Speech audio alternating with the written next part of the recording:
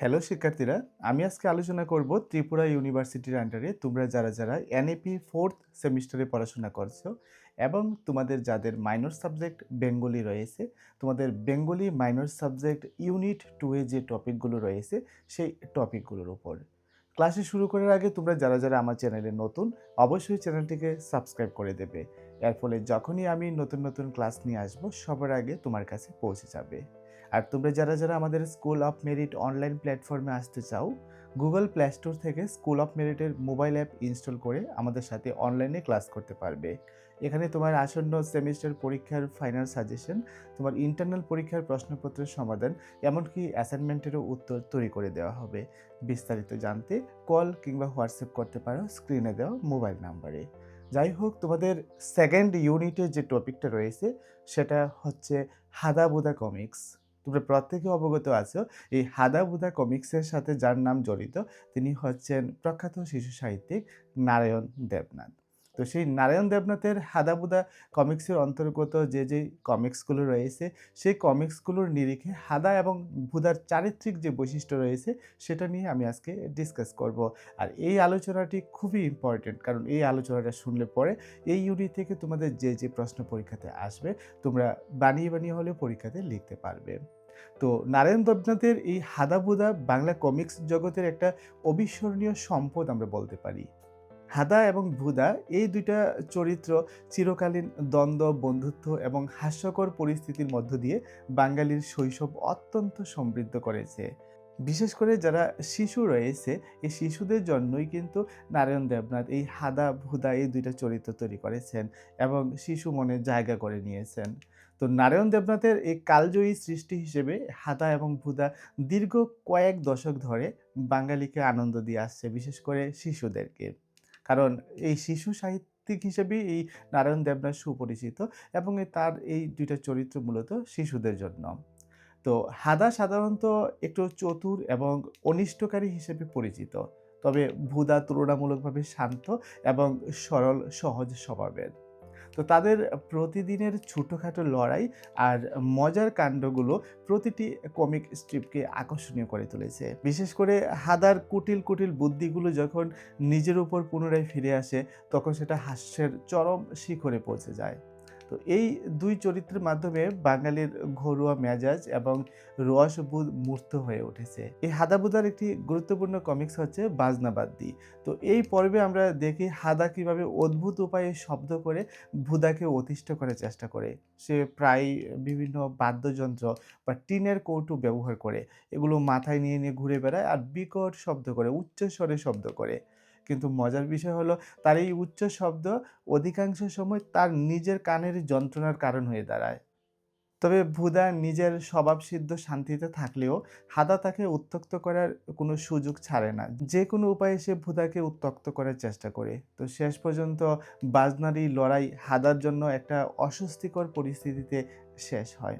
তো হাদা নিজেকে মাঝে বড় মাপের শিল্পী বা প্রথম সুরকার হিসেবে কল্পনা করতে ভালোবাসে। তো সে অদ্ভুত সব শব্দ সৃষ্টি করে, সেগুলোকে উচ্চাঙ্গের সুর বলে দাবি করে এবং ভুদাকে তা শুনতে বাধ্য করে।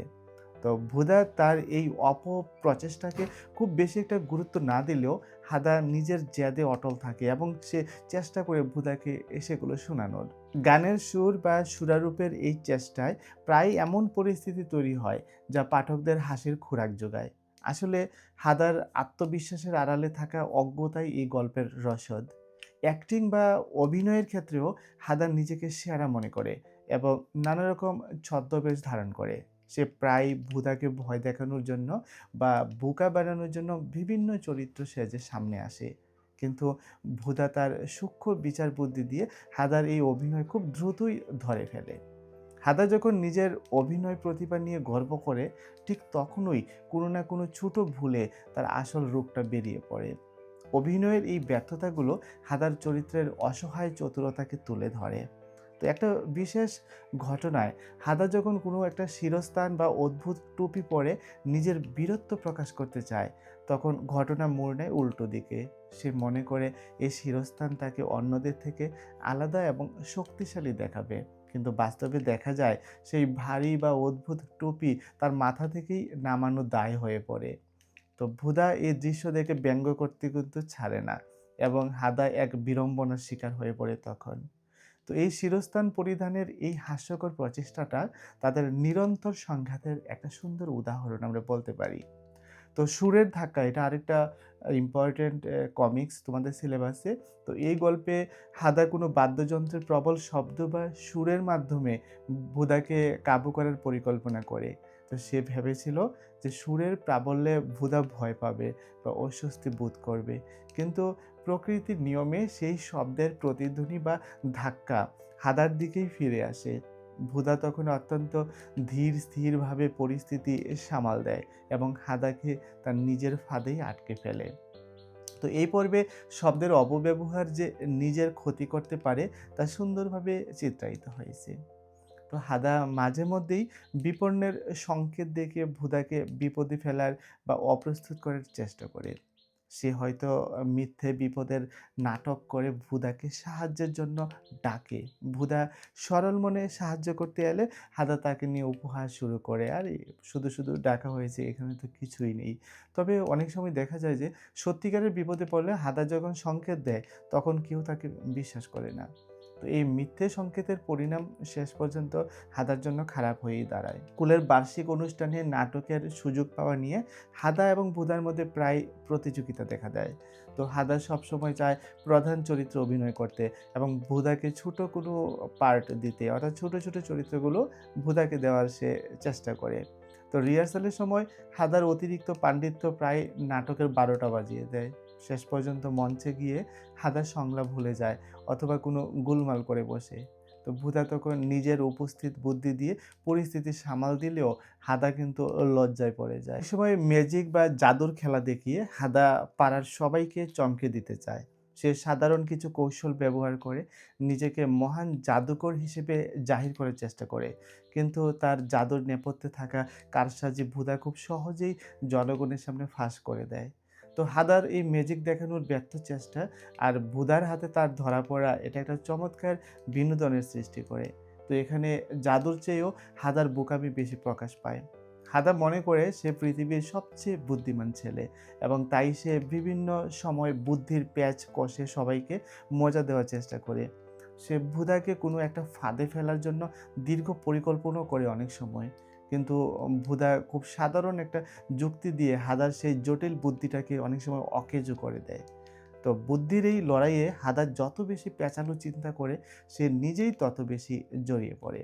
তো শেষ পর্যন্ত দেখা যায় যে সরলতাই হাদার জটিল বুদ্ধির উপর জয়লাভ করেছে। তো হাদার জীবনের প্রধান লক্ষ্য হলো যে কোনো উপায়ে ভুদাকে জব্দ করার।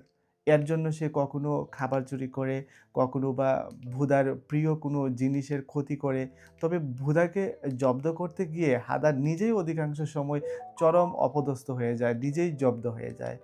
এই উল্টো ফল হওয়াটাই হাদাবোদা কমিক্সের সিগনেচার স্টাইল, যেটা খুব গুরুত্বপূর্ণ একটা বৈশিষ্ট্য। তো খেলার মাঠে বা ব্যক্তিগত জীবনে কোনো জিনিস যেমন বল ভাগ করা, এই বিষয়গুলো নিয়ে তাদের মধ্যে প্রায়ই ঝগড়া হয়। তো হাদা চায় বড় অংশটি বা ভালো বলটি নিজের কাছে রাখতে এবং ভুদাকে ঠকাতে। তো সে বিভিন্ন অজুহাতে ভুদাকে কম দামি বা খারাপ বলটি গছিয়ে দেওয়ার চেষ্টা করে। কিন্তু ভুদার হিসেবে কোনো ভুল থাকে না এবং সে হাদার কারচুপিটা সবসময় ধরে ফেলে। তো এই ভাগের লড়াই শেষ পর্যন্ত একটা হাস্যকর মীমাংসায় গিয়ে শেষ হয়। কিন্তু হাদা একবার হারলেও সে দমে যাওয়ার পাত্র নয়। সে আবার নতুন ফ্যাসাদ বা বুদ্ধির প্যাঁচ তৈরি করে। সে নতুন কোনো ফন্দি এঁটে ভুদাকে চমকে দেওয়ার প্রস্তুতি নেয়। তো প্রতিবারই সে ভাবে এবার হয়তো সে সফল হবে এবং ভুদা হার মানবে। কিন্তু ভুদার সতর্কতা হাদার সব পরিশ্রমকে পণ্ড করে দেয়। তো হাদার এই অদম্য জেদ এবং বারবার ব্যর্থ হওয়ার যে চরিত্রটা, এটা প্রধান একটা দিক। হাদা প্রায়ই অযাচিতভাবে কোনো নতুন ফ্যাসাদ বা নতুন ঝামেলা তৈরি করে বসে। সে হয়তো এমন কিছু করে ফেলে যার ফলে পুরো পাড়ার লোক বিরক্ত হয়। তো ভুদাকে সেই ঝামেলার অংশীদার করতে গিয়ে সে নিজেকেই বড় বিপদে ফেলে দেয়। তো এই ফ্যাসাদগুলো সাধারণত হাদার অতি উৎসাহের কারণেই তৈরি হয়।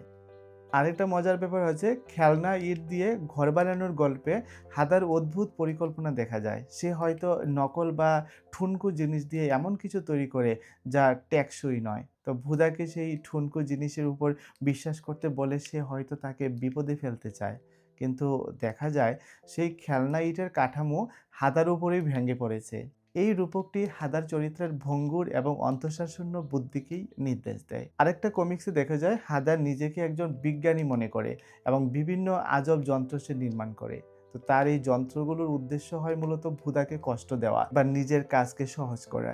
কিন্তু বিজ্ঞানের কোনো জ্ঞান না থাকায় সেই যন্ত্রগুলো উল্টো কাজ করতে শুরু করে। তো যন্ত্রের যান্ত্রিক গোলযোগে হাদা যখন নাজেহাল হয়, তখন ভুদা একপাশে দাঁড়িয়ে মজা দেখে। তো হাদার এই বৈজ্ঞানিক ব্যর্থতা গল্পের উপসংহারে একটা দারুণ হাসির সঞ্চার করে। তো এই ধরনের ছোট, ছোট কমিক্সগুলোর মধ্য দিয়ে হাদা এবং ভুদার চরিত্রের বিভিন্ন দিকগুলো উঠে আসে। তো তোমরা এই হাদা ভুদার এই চারিত্রিক বৈশিষ্ট্যগুলো মনে রাখবে। মনে রেখে এই ইউনিটের উপর ব্রড কোয়েশ্চেন এবং শর্ট কোয়েশ্চেনগুলো প্রিপেয়ার করবে। তাহলে পরীক্ষাতে যেকোনো প্রশ্ন তোমরা আনসার করতে পারবে। আর এই ইউনিট থেকে কি, কি বড় প্রশ্ন পরীক্ষাতে আসবে সেগুলোর উপর আমি অলরেডি সাজেশন তৈরি করে নিয়েছি এবং আমাদের স্কুল অফ মেরিট মোবাইল অ্যাপে অলরেডি দেওয়া শুরু করে দিয়েছি। যারা স্কুল অফ মেরিটে নিয়মিত স্টাডি করছে তারা তো পেয়ে গেছে। আর তোমরা যারা ইন্টারেস্টেড আমাদের সাথে অনলাইনে ক্লাস করার, ফাইনাল পরীক্ষার সাজেশন, ইন্টারনাল পরীক্ষার প্রশ্নপত্র, অ্যাসাইনমেন্টের উত্তর এগুলো ঘরে বসেই পেতে চাও, তাহলে আজই গুগল প্লে স্টোর থেকে স্কুল অফ মেরিট মোবাইল অ্যাপটি ইনস্টল করে আমাদের সাথে অনলাইনে যুক্ত হতে পারো। আবারও বলছি, বিস্তারিত জানতে কল কিংবা হোয়াটসঅ্যাপ করতে পারো স্ক্রিনে দেওয়া মোবাইল নম্বরে।